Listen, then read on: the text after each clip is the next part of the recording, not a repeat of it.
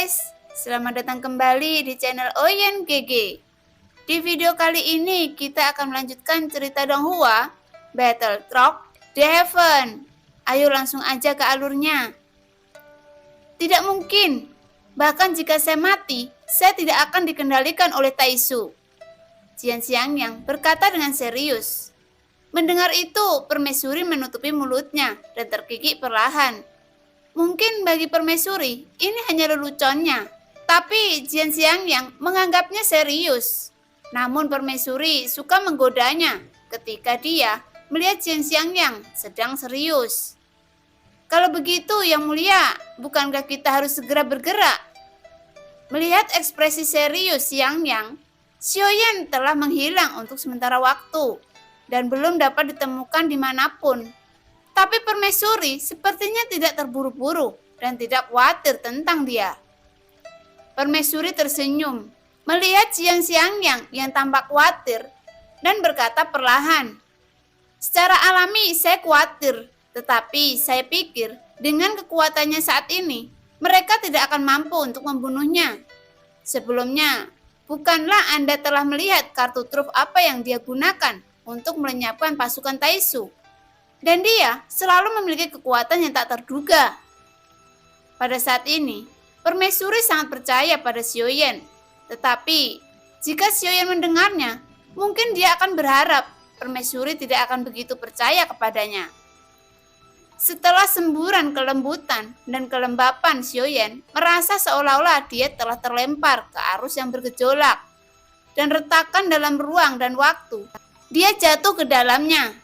Saat ini, jejak Xiesun di antara alisnya belum pulih, sehingga tidak dapat digunakan untuk saat ini. Dengan kata lain, yang saat ini hanya memiliki kekuatan dewanya. Untungnya, kejatuhan ini tidak membahayakan dirinya, sampai suatu kekuatan mendorong Xiaoyan yang keluar dari kegelapan. Tetapi, kejatuhan itu tidak berhenti di situ, dan Xiaoyan bisa merasakan bahwa dia dimuntahkan oleh piton hitam bermata satu, dan masih ada banyak lendir yang menjijikkan di tubuhnya.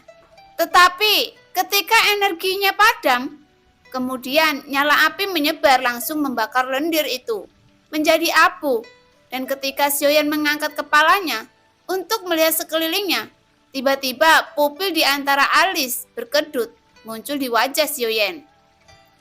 Melihat itu, Xiaoyan tersentak dan menarik nafas panjang. Benar-benar terkejut dengan pemandangan di depannya. Ketika dia melihat sekelilingnya, dia dapat melihat puluhan ribu kantong darah. Dan dia merasa bahwa penampakan kantong darah itu tidak asing baginya. Itu adalah kantong darah yang sama persis dengan kantong darah avatar Taisu ketika dia belum lahir. Xiaoyan bisa melihat melalui kantong darah tembus pandang ini, dan dia dapat melihat kehidupan yang terkandung di dalamnya. Dan kehamilan semacam ini sudah melanggar aturan alam. Pada saat ini, Xiaoyan mengerti mengapa para prajurit Taisu tidak memiliki jiwa. Karena mereka semua dikandung dari sini. Tidak benar-benar dikandung, tetapi untuk menciptakan tubuh ini melalui cara cloning. Itu seperti kasus dengan Taisu nomor 3 yang dibangkitkan kembali. Setelah Xiaoyan mengamati sekelilingnya, tekanan kuat tiba-tiba menyelimuti tubuh Xiaoyan yang menyebabkan darah Xiaoyan melonjak dalam sekejap, dan ada rasa manis di tenggorokannya, dan seteguk darah menyembur keluar. Meskipun menahannya, tapi darah terus mengalir dari sudut mulutnya. "Kamu sangat lucu," sesosok keluar perlahan dari kegelapan dengan rambut perak berkibar, alis seperti pedang, dan mata seperti bintang. Dengan fitur wajah yang tajam dan bersudut, terlihat cukup tampan. Dan ada gelombang gerakan yang bagus di tubuhnya. Setelah melihat orang ini, mata Xiaoyan sedikit menyipit. Tapi yang mengejutkan Xiaoyan bukanlah penampilannya yang tampan. Tapi dia tidak memakai baju besi dewa palsu. Dan dia masih memancarkan aura yang membuatnya merasa tertekan. Dia dapat merasakan perbedaan yang jelas dari Taisu yang pernah dia lihat sebelumnya. Kekuatan jiwa alam membuat Xiaoyan dapat merasakan bahwa orang ini sekilas memiliki jiwa. Artinya dia adalah orang yang benar-benar hidup. Luar biasa. Saya tidak menyangka masih ada orang yang masih hidup di Taisu. Xiaoyan tidak bisa menahan diri untuk tidak bergumam. Dan orang di depannya juga mengerti apa yang dikatakan Xiaoyan. Anda sangat mengenal baik Taisu. Sosok di depan berkata. Xiaoyan melihat sekeliling dan mengangguk perlahan. Sekarang saya tahu lebih banyak dan tidak terbayangkan. Jika saya tidak melihat dengan mata kepala saya sendiri, melihat sekeliling kantong darah memang sangat luar biasa. Sejauh mata memandang, hampir semuanya adalah kantong darah dan yang dibiarkan di dalamnya bukan kehidupan karena tidak memiliki kesadaran dan ada pula yang hanya daging dan darah. Katakan, bagaimana Anda melakukannya? Sosok itu berjalan ke arah Xiaoyan perlahan. Ia melihat baju besi dewa palsu di tubuh Xiaoyan dengan 7 kristal merah di dadanya. Dan matanya juga sangat rumit. Karena saat ini dia yakin bahwa Xiaoyan pasti bukan dari Taisu. Justru karena setelah mengkonfirmasi hal ini, ekspresi jadi lebih rumit. Jika ada pengkhianat di Taisu, itu akan lebih mudah untuk menghadapinya. Tetapi jika dia bukan orang Taisu dan bahkan dapat menggunakan baju besi dewa palsu dengan bebas dan dapat mengendalikan dewa Taisu berkepala 4, dan itu telah melanggar batasan Taisu. Adapun bagaimana dia dapat mengendalikan kekuatan Taisu, sepertinya dia juga tidak mengetahuinya. Apakah ini bagian dalam sarang raksasa yang terlihat persegi? Wajah Xiaoyan tenang, tidak ada tanda-tanda panik saat ini. Dan dia bahkan melihat ke kiri dan ke kanan untuk mengamati sekelilingnya. Mendengar perkataan Xiaoyan, sosok itu sedikit tidak sabar. Karena Xiaoyan telah membuatnya menderita kerugian yang sangat besar. Apakah Anda berbicara tentang baju besi dewa palsu yang saya kenakan? Xiaoyan menunjuk ke depan dadanya dan pria itu menatap Xiaoyan dengan mata ganas. Sangat rumit jika diceritakan. Xiaoyan mengerutkan kening. Pria itu juga mengerutkan kening, menatap Xiaoyan dengan serius dan menunggu jawaban Xiaoyan.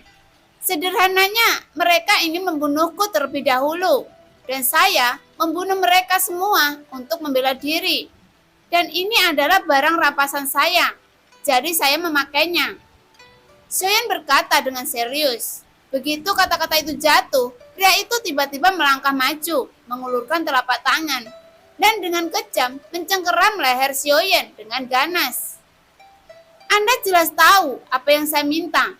Jika Anda tidak ingin mengatakannya, saya akan mencari jiwa Anda dan akan mengurung jiwa Anda. Setelah selesai berbicara, kekuatan jiwa pria itu menyebar keluar ke arah Xiaoyan saat ini. Di bawah tekanan yang kuat, tubuh tidak bisa bergerak 1 inci pun. Namun, menghadapi pertanyaan sosok itu, sudut mulut Xiaoyan sedikit terangkat, memperlihatkan senyum sarkastik. Ketika kekuatan jiwa sosok itu hendak mencari jiwa Xiaoyan, dia mengira bahwa kekuatan jiwa itu mulai melemah dan sekarat karena serangannya. Namun sebaliknya, itu seperti tangan besar yang menutupi dirinya. Bahkan ketika pria itu mundur, baju besi dewa palsu di tubuhnya langsung terlihat. Dan dia menatap Xiaoyan dengan mata yang sangat serius. Menyerang jiwa, apa yang salah?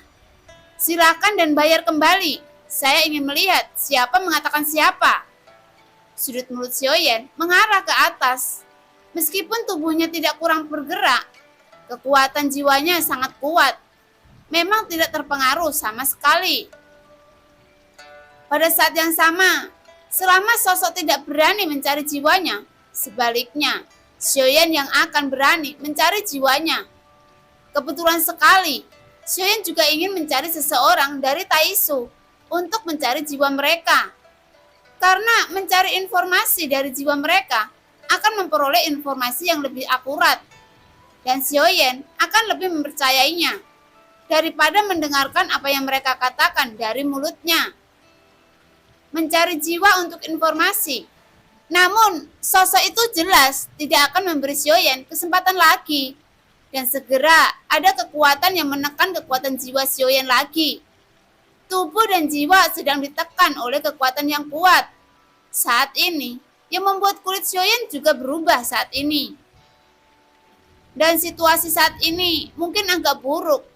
Xiaoyan berpikir bahwa setelah dia menghilang begitu lama dan penundaannya sudah cukup lama, tetapi permaisuri yang terhormat, mengapa dia tidak muncul?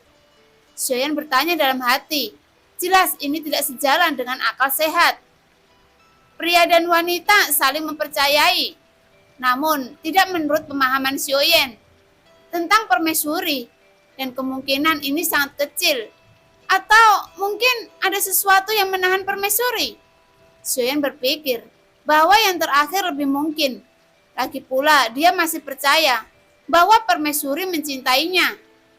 Namun, untungnya Xiaoyan tidak bisa melihat penampilan permaisuri berbaring santai di atas singgasana tanduk naga saat ini.